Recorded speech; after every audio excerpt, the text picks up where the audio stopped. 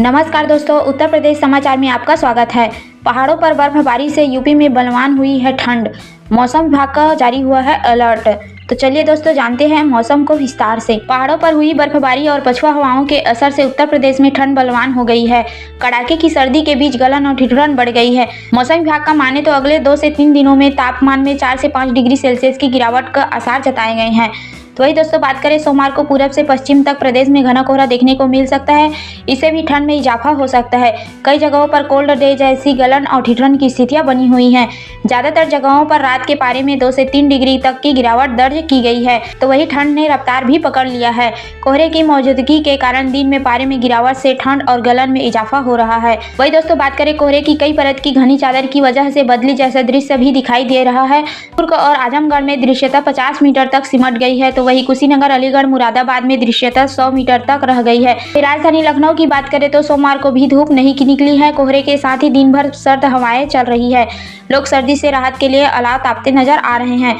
तो वही मौसम विभाग का कहना है कि अगले कुछ दिन लगातार दिन और रात दोनों के तापमान में धीमी गिरावट देखने को मिल सकती है। वही प्रदेश में मध्यम से घने कोहरे और सर्द हवाओं का दौर भी जारी रह सकता है। ठंड में लगातार इजाफा देखने को मिल रहा है। वही दोस्तों, बात करें आंचलिक मौसम विभाग लखनऊ के अनुसार उत्तरी पछुआ हवाओं के चलने से ठंड और गलन में अभी और वृद्धि होनी बाकी है।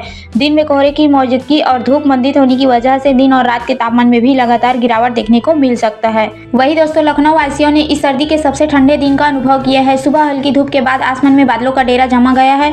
तेज सर्द हवाओं ने ठिठुरन बढ़ा दी है। दिन का तापमान सामान्य से नीचे गिरकर 19.8 डिग्री सेल्सियस पर आ गया है। वही रविवार को सुबह से ही कड़ाके की ठंड महसूस होने लगी है। हल्की धूप कुछ समय के लिए राहत लेकर आ रही है, लेकिन बादलों ने जल्द ही आसमान को ढक लिया है। दोपहर होते होते ठंड और बढ़ गई है। शाम को हवाओं में तेजी आने के कारण तापमान और गिरावट दर्ज की जा रही है। वही आंचलिक मौसम विभाग के अनुसार बताया गया है कि पश्चिमी उत्तर प्रदेश में हुई बारिश और पहाड़ों पर हो रही बर्फबारी का असर लखनऊ और आसपास के इलाकों पर भी पड़ रहा है। इससे हवा बेहद सर्द हो गई है। सर्द हवाओं और गिरते तापमान के कारण लोगों ने गर्म कपड़े, अलाव और हीटर का सहारा ले लिया है। शाम होते ही अधिकतर लोग घरों में दुबक जाते हैं। सड़कों और बाजारों में भीड़ कम देखी जा सकती है। वही दोस्तों, मौसम विभाग ने अगले सप्ताह तक ठंड का असर बने रहने की चेतावनी जारी की है। दिन और रात के तापमान में और गिरावट की संभावना जताई गई है। लोगों को ठंड से बचाव के लिए सतर्क रहने की सलाह भी दी गई है। वही ठंड के कारण बुजुर्गों और बच्चों को विशेष ध्यान देने की आवश्यकता भी जताई गई है। स्वास्थ्य विशेषज्ञों ने ठंड से बचाव के उपाय अपनाने और गर्म पेय का सेवन करने की सलाह भी दी गई है। वही दोस्तों, बात करें 30 दिसंबर को पश्चिमी विक्षोभ और बंगाल की खाड़ी और अरब सागर के चक्रवातों के कारण नमी आने लगी है।